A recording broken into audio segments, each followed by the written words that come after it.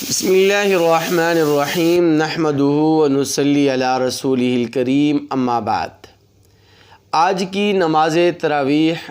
19ویں پارے کے تیسری ربع سے لے کر 20ویں پارے کے اختتام تک کی آیات مبارکہ پر مشتمل ہے۔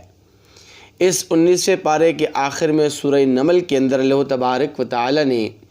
حضرت سلیمان علیہ السلام کا واقعہ بیان فرمایا کہ اللہ تبارک و تعالی نے انہیں جانوروں کی بولیوں کی سمجھ اور فہم و بصیرت عطا فرمائی تھی،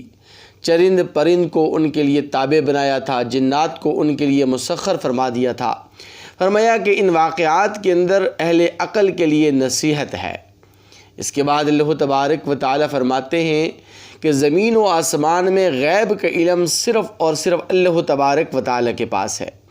اور اللہ تبارک و تعالی کی ذات اقدس ہی بہتر جانتی ہے کہ روز محشر لوگ کب اٹھائے جائیں گے، روز محشر کب قائم ہوگی، قیامت کب قائم ہوگی۔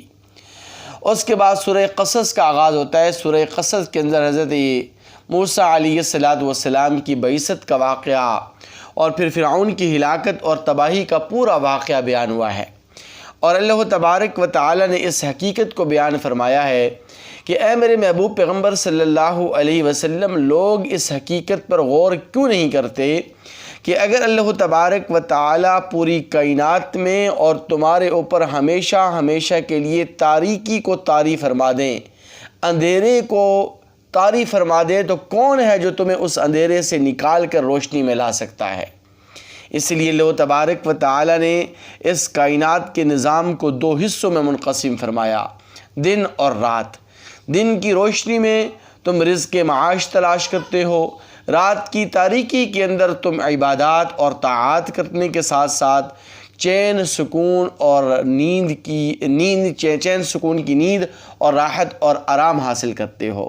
اللہ تبارک و تعالی نے اس سورہ مبارکہ کے آخر میں قارون کا واقعہ بیان فرمایا، جسے اللہ تبارک و تعالی نے بے پناہ دولت عطا فرمائی تھی، لیکن وہ تکبر و غرور کے اندر مبتلا ہوا اور اس نے زمین میں فساد پھیلایا، تو اللہ تبارک و تعالی نے اس کی مال و دولت کے ساتھ اسے زمین کے اندر دھنسا دیا۔ اور اللہ تبارک و تعالی نے یہ واقعہ بیان فرمانے کے بعد مجھے اور آپ کو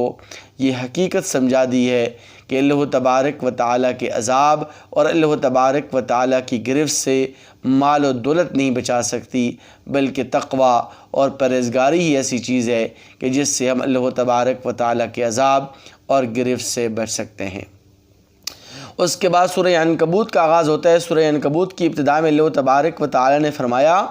کہ لوگ اس حقیقت کو جان لیں اور اس حقیقت کا ادراک حاصل کر لیں کہ لوگ یہ سمجھتے ہیں کہ شاید وہ ایمان لے آئے، بس انہیں آزمایا نہیں جائے گا، ان پر حالات نہیں آئیں گے، ان پر آزمائشیں نہیں آئیں گی اور ان کے اوپر تکالیف نہیں آئیں گی۔ نہیں، اللہ تبارک و تعالی نے اس سے پہلے بھی ایمان والوں کو آزمایا ہے، اور اللہ تبارک و تعالی ہمیشہ اس سلسلے کو جاری و ساری فرمائے گا تاکہ پتہ چل سکے کہ کون اپنے ایمان میں سچا ہے، کون اپنے ایمان میں اور دعوی ایمان میں جھوٹا ہے، کون کھرا ہے اور کون کھوٹا ہے۔ اللہ تبارک و تعالی نے یہ بات بھی ارشاد فرما دی ہے کہ یہ بات سچ ہے کہ اللہ تبارک و تعالی نے والدین کے ساتھ، ماں باپ کے ساتھ حسن سلوک کا حکم دیا ہے، لیکن ساتھ یہ بات بھی یاد رکھنی چاہیے کہ اگر والدین اولاد کو اللہ کی نافرمانی پر یا شرک و بدعات پر مجبور کریں تو لا طاعت لمخلوق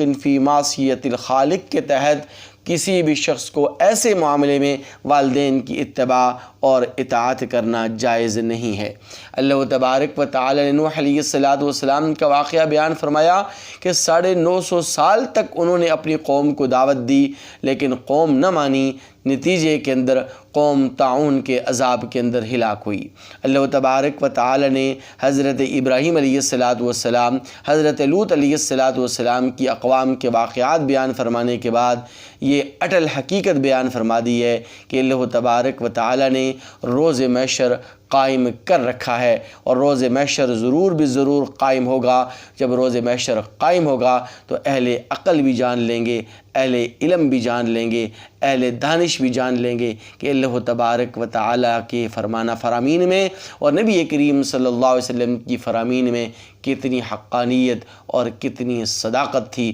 دعا ہے رب کریم سے کہ اللہ تبارک و تعالیٰ ہمیں اس دنیا کے اندر رہتے ہوئے آخرت کی تیاری کرنے کی توفیق نصیب فرمائے۔